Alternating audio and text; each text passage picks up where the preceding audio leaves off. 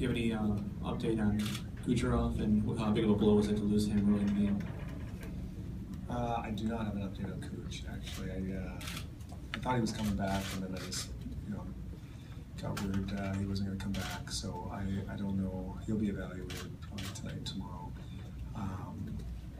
As for the second part, yeah, naturally, he's a point per game guy in this playoffs. He's a big part of our offense, and in a series where goals are at a premium, it's tough when you lose one of your guys.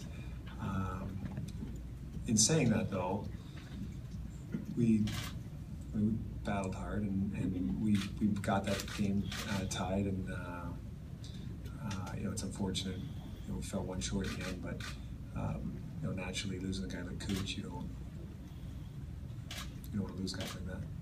You guys have been in this situation before, losing Game 5s. Just, is there anything you can draw on from those past experiences to help you heading into Game 6? Well, I've probably overused this line throughout the playoffs, but I guess we've gone from an inexperienced playoff team to an experienced playoff team. And we've been in this position before just a month and a half ago in the Detroit series. And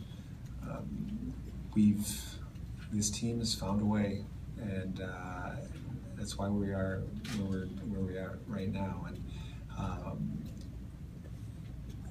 I think we've been in so many different situations in this playoffs, whether we've been up 3 games to 2 or down 3 games to 2. We've gone through these now, and so people can't sit here and say, well, the inexperienced Lightning. I think we're a gamer later. These guys have gamed out this playoffs, and I expect nothing less than Game 6 in Chicago.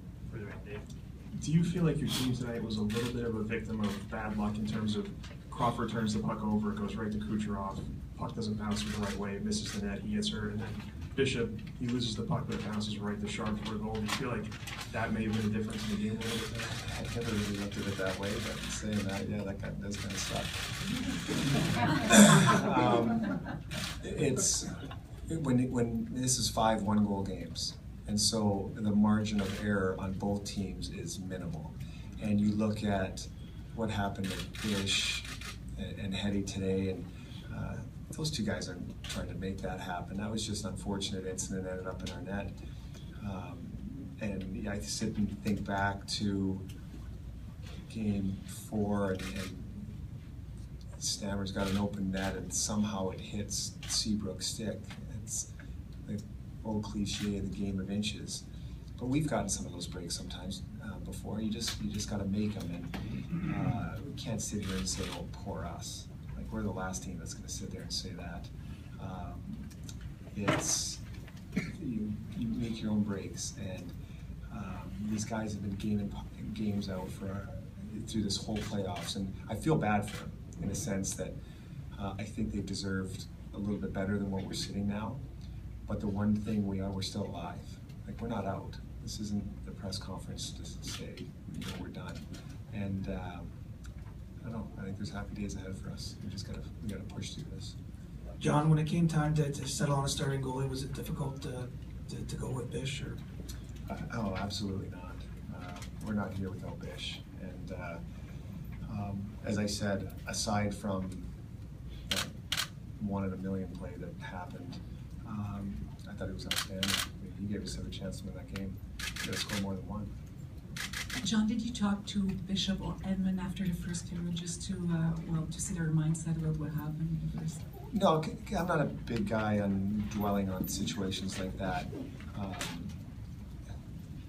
If I look back at my 2 years here, that's not the only time kind of a funky goal's gone in on us, and but we talked about how we have to readjust our game because Chicago is probably the first time in the series they took it to us at the start of the game, but I thought we weathered the storm, and we're down 1-0 on a fluky goal, but we hadn't really given them too much, and that was our focus. Was okay, everything's fine, but where's our push? And I thought we had a great push in the second. It was unfortunate we only could get 1. But Hetty and Bish, they're the last guys I have to worry about. They've been phenomenal for us all year, and they both rose to the occasion. We just, as a team, we just fell one short.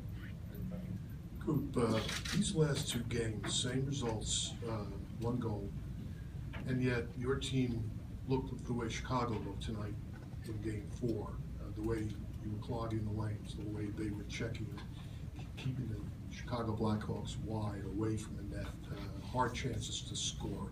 Have we settled down to this now, Game 6 and 7, where you'd like to open it up, you'd like to skate, but the game doesn't prohibit it, or it prohibits it? I don't know. This is, to me, this series has been expect the unexpected, and those are two exceptional hockey teams out there. The pace is really, really fast, and yeah, you don't get here to where both these teams are if you can't check, and both teams can do that. Both teams have defensemen that can skate, so that makes it harder on forwards.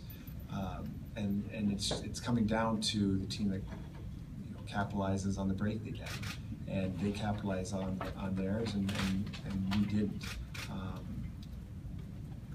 But in saying that, aside from the first period, I think we threw 27 shots at Crawford in the last two periods, and we had looks.